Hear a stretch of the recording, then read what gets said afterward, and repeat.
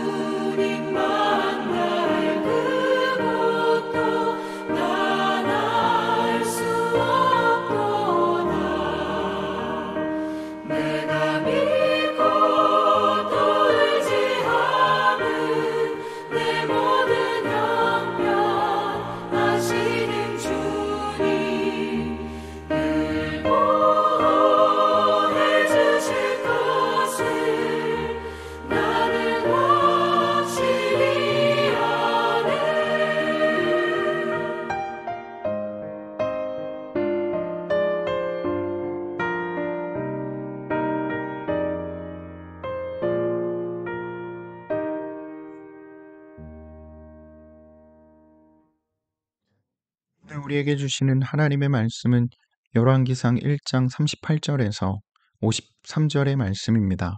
열왕기상 1장 38절에서 53절의 말씀을 봉독하겠습니다. 제사장 사독과 선지자 나단과 여호야다의 아들 브나야와 그렛 사람과 블렛 사람이 내려가서 솔로몬을 다윗 왕의 노새에 태우고 인도하여 기혼으로 가서 제사장 사독이 성막 가운데에서 기름 담은 뿔을 가져다가 솔로몬에게 기름을 부으니 이에 뿔나팔을 불고 모든 백성이 솔로몬 왕은 만세수를 하옵소서 하니라. 모든 백성이 그를 따라 올라와서 피리를 불며 크게 즐거워하므로 땅이 그들의 소리로 말미암아 갈라질 듯하니 아도니아와 그와 함께한 손님들이 먹기를 마칠 때에 다 들은지라. 요압이 뿔나팔 소리를 듣고 이르되 어찌하여 성읍 중에서 소리가 요란하냐. 말할 때에 제사장 아비아달의 아들 요나단이 오는지라. 아도니아가 이르되 들어오라 너는 용사라 아름다운 소식을 가져오는도다. 요나단이 아도니아에게 대답하여 이르되 과연 우리 주 다윗 왕이 솔로몬을 왕으로 삼으셨나이다. 왕께서 제사장 사독과 선지자 나단과 여호야다의 아들 브나야와 그렛 사람과 블렛 사람을 솔로몬과 함께 보내셨는데 그들 무리가 왕의 노새에 솔로몬을 태워다가 제사장 사독과 선지자 나단이 기온에서 기름을 부어 왕으로 삼고 무리가 그곳에서 올라오며 즐거워하므로 성읍이 진동하였나니 당신들에게 들린 소리가 이것이라. 또 솔로몬도 왕좌에 앉아 있고 왕의 신하들도 와서 우리 주 다윗 왕에게 축복하여 이르기를 왕의 하나님이 솔로몬의 이름을 왕의 이름보다 더 아름답게 하시고 그의 왕위를 왕의 위보다 크게 하시기를 원하나이다 하매 왕이 침상에서 몸을 굽히고 또한 이르시기를 이스라엘의 하나님 여호와를 찬송하리로다. 여호와께서 오늘 내 왕위에 앉을 자를 주사 내 눈으로 보게 하셨도다 하셨나이다 하니 아도니아와 함께한 손님들이 다 놀라 일어나 각기 갈 길로 간지라. 아도니아도 솔로몬을 두려워하여 일어나 가서 제단 뿔을 잡으니 어떤 사람이 솔로몬에게 말하여 이르되 아도니아가 솔로몬 왕을 두려워하여 지금 제단 뿔을 잡고 말하기를 솔로몬 왕이 오늘 칼로 자기 종을 죽이지 않겠다고 내게 맹세하기를 원한다 하나이다. 솔로몬이 이르되 그가 만일 선한 사람일진데 그의 머리털 하나도 땅에 떨어지지 아니하려니와 그에게 악한 것이 보이면 죽으리라 하고 사람을 보내어 그를 제단에서 이끌어내리니 그가 와서 솔로몬 왕께 절하매 솔로몬이 이르기를 내 집으로 가라 하였더라. 아멘.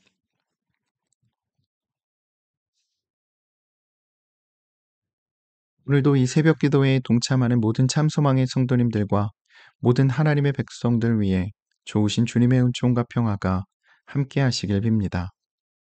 오늘 우리에게 주어진 본문인 열왕기상 1장 38절에서 53절의 말씀은 다윗 시대가 막을 내리면서 솔로몬이 다윗에 이어 왕위를 계승하는 이야기의 첫 부분입니다. 이스라엘은 장자 상속 사회였습니다. 한 가정에서 아버지가 죽으면 그 유산은 장자가 물려받았습니다. 하지만 다윗 가문은 그럴 수 없었습니다. 다윗의 장자 암논과 셋째 아들 압살롬의 갈등으로 끝내 두 사람 모두 비극적인 죽음을 맞이했고 둘째인 길르압은 병들어 죽었기 때문입니다. 그래서 넷째 아들인 아도니아는 왕위가 당연히 자신에게 승계되어야 한다고 생각했을 것입니다. 그는 다윗이 헤브론에 머물고 있을 때 만난 깃이라는 여인에게서 태어났는데 용모가 매우 아름다웠다고 합니다. 다윗도 그를 총애했습니다. 하지만 다윗은 일찍이 아내 밧세바에게 그들 사이에서 태어난 아들 솔로몬에게 왕위를 물려준다고 약속한 바 있습니다. 물론 아도니아는 그것을 인정하지 않았습니다. 그래서 그는 아버지 다윗이 살아있음에도 스스로 왕이 된 것처럼 행세를 하고 다녔습니다. 그리고 그는 자신의 새를 키우며 때를 기다리다 잔치를 베풀고 쿠데타를 일으키려고 했습니다. 그때 이 소식을 들은 나단 선지자와 솔로몬의 어머니 밧세바가 그 소식을 다윗에게 알렸고 다윗은 즉시 자신이 했던 약속을 곧 솔로몬을 왕으로 삼겠다고 했던 그 약속을 이행하라고 명합니다. 그리고는 제사장 사독과 나단 선지자 경호대장 분하야를 솔로몬에게 보내 그를 왕으로 세웁니다. 그들이 솔로몬을 기온으로 데리고 가서 왕으로 세우는 이야기가 오늘 본문의 이야기입니다. 오늘 본문 38절, 39절, 40절의 말씀입니다. 제사장 사독과 선지자 나단과 여호야다의 아들 브나야와 그렛 사람과 블렛 사람이 내려가서 솔로몬을 다윗 왕의 노새에 태우고 인도하여 기온으로 가서 제사장 사독이 성막 가운데에서 기름 담은 뿔을 가져다가 솔로몬에게 기름을 부으니 이에 뿔나팔을 불고 모든 백성이 솔로몬 왕은 만세수를 하옵소서 하니라. 모든 백성이 그를 따라 올라와서 피리를 불며 크게 즐거워하므로 땅이 그들의 소리로 말미암아 갈라질 듯하니 그 소리가 어찌나 컸던지 아도니아 무리가 모여있던 곳에까지 들렸습니다. 아도니아 무리는 그 소리가 무슨 소리인지 궁금했습니다. 오늘 본문 41절의 말씀입니다.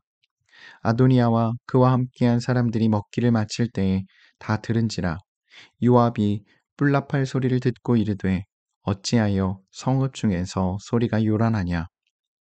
그때 마침 전령이 도착해 기온샘에서 무슨 일이 일어났는지를 설명해 주었습니다. 그것은 바로 다윗이 솔로몬을 왕으로 세웠다는 것이었습니다. 오늘 본문 43절의 말씀입니다. 요나단이 아도니아에게 대답하여 이르되 과연 우리 주 다윗 왕이 솔로몬을 왕으로 삼으셨나이다. 그 소식을 들은 아도니아와 함께 있던 모든 사람들은 혼비백산하여 모두 뿔뿔이 흩어졌습니다. 오늘 본문 49절의 말씀입니다. 아도니아와 함께한 손님들이 다 놀라 일어나 각기 갈 길로 간지라. 아도니아는 한순간에 왕에서 반역자로 전락해버렸습니다. 반역자 아도니아는 살 길을 찾아야만 했습니다. 그래서 그는 제단으로 달려가 제단의 뿔을 붙잡았습니다. 오늘 본문 50절의 말씀입니다. 아도니아도 솔로몬을 두려워하여 일어나 가서 제단 뿔을 잡으니 율법에 따르면 실수로 사람을 죽인 자도 제단에 가면 보호를 받을 수 있었습니다. 아도니아의 이 같은 행동 속에는 자신들의 잘못에 대한 용서를 구한다는 뜻과 동생 솔로몬을 왕으로 인정한다는 뜻이 담겨 있었습니다. 이날 솔로몬은 아도니아를 죽이지 않았습니다. 솔로몬 앞에 끌려온 아도니아는 새로운 왕 솔로몬에게 절을 하고 자신의 집으로 돌아갔습니다. 오늘 본문 53절의 말씀입니다.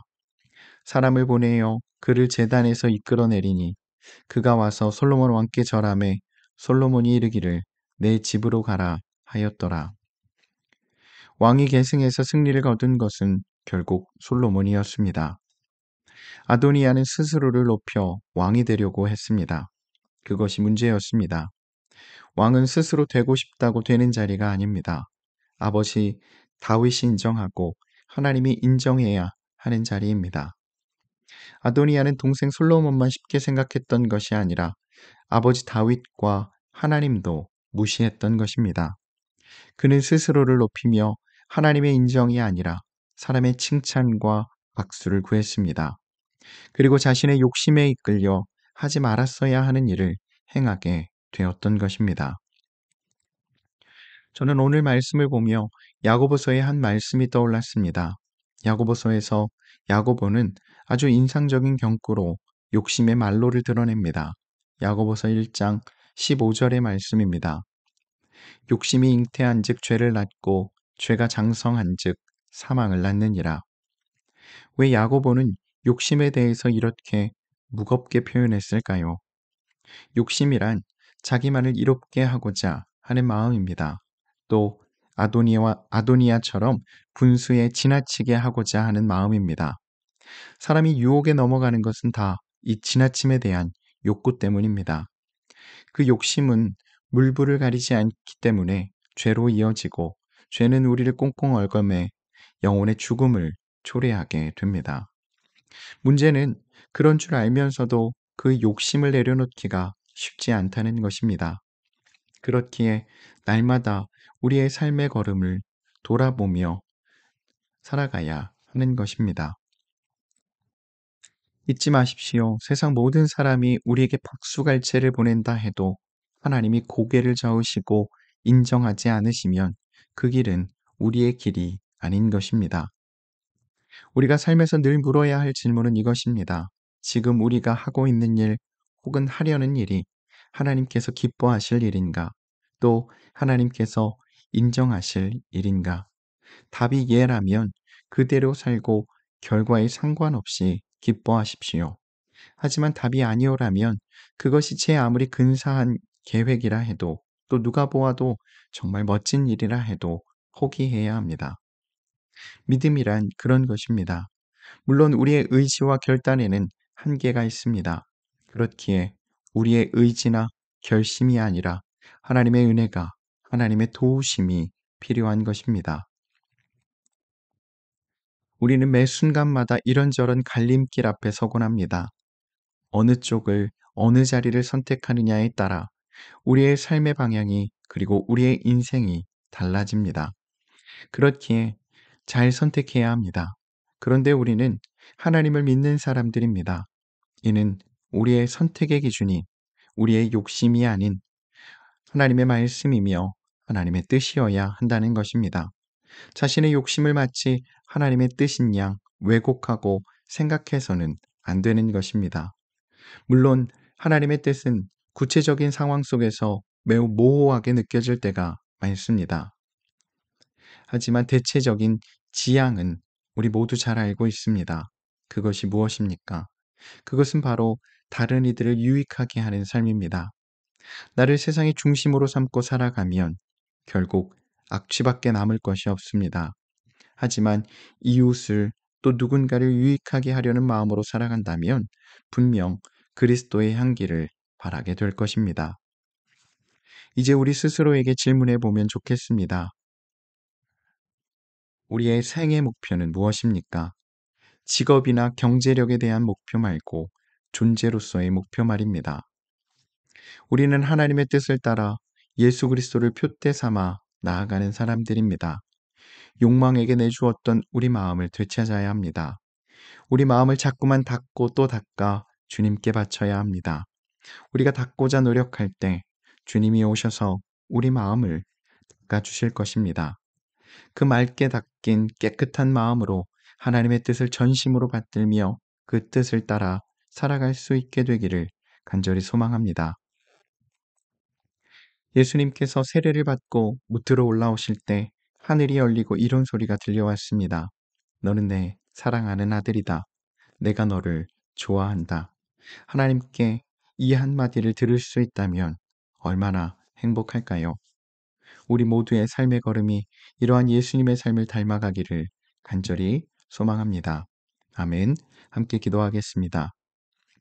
사랑의 주님, 오늘도 우리와 함께하여 주심에 감사드립니다. 우리 모두가 날마다 하나님의 나라를 꿈꾸며 살게 하여 주시고 우리가 서 있는 자리가 어디이든 우리의 삶의 형편이 어떠하든 늘 하나님을 기억하며 하나님 안에 거하며 언제나 어디서나 그리스도인답게 살아가도록 우리를 인도하여 주시옵소서. 특별히 하나님의 말씀에 잇대어 살아가며 우리가 허망한 열정과 욕망을 위해 살지 않게 하여 주시고 예수님의 심정으로 세상을 바라보고 예수님을 통해 우리의 이웃을 보며 하나님의 마음이 가는 곳에 우리의 마음이 함께 가도록 우리를 인도하여 주시옵소서. 또한 우리가 착함과 의로움과 진실함으로 세상의 짙은 어두움에 빛이 되어 살아가기를 소망합니다. 그렇게 우리의 삶을 통해 우리들의 공동체 안에 그리고 우리의 삶의 자리 안에 하나님의 나라가 이루어지게 하여 주시옵소서. 또 우리만이 아니라 다른 이들의 유익을 구하며 언제든 마음 시린 이들의 손을 따뜻하게 잡아줄 수 있는 선한 용기 우리 안에 가득하게 하여 주시옵소서. 그렇게 우리의 발걸음이 또 우리의 손길이 닿는 곳마다 작은 평화와 생명이 피어나게 하여 주시옵소서. 이를 통해 사람들이 하나님의 계심을 알고 하나님의 사랑을 깨달아 알 수 있도록 우리를 사용하여 주시옵소서. 또한 오늘도 우리의 가정과 일터와 사업장을 지켜주시고 하나님의 인도하심과 하나님의 붙드심 속에 든든히 세워져 감을 보게 하여 주시며 오늘도 우리의 삶에 감사와 찬양이 넘쳐나게 하여 주시옵소서. 감사드리며 우리 주님 예수 그리스도의 이름으로 간절히 기도드립니다. 아멘. 성도 여러분, 오늘 하루도 주님의 은혜 안에서 말씀에 잇대어 살아가시는 복된 하루 되시기를 바랍니다.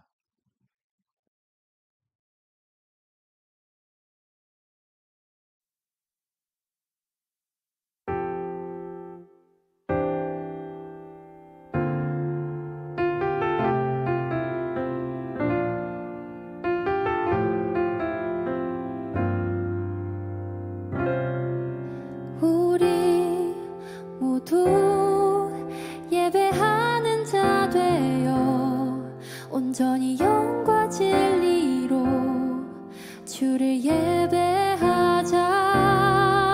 주가 우리와 함께 영원히 함께 하시고 마르지 않는 샘물로 우릴 채우시리라. 모두 예배하는 자 되어 온전히 영과 진리로 주를 예배하자. 주가 우리와 함께 영원히 함께 하시고 마르지 않는 샘물로 우릴 채우시리라.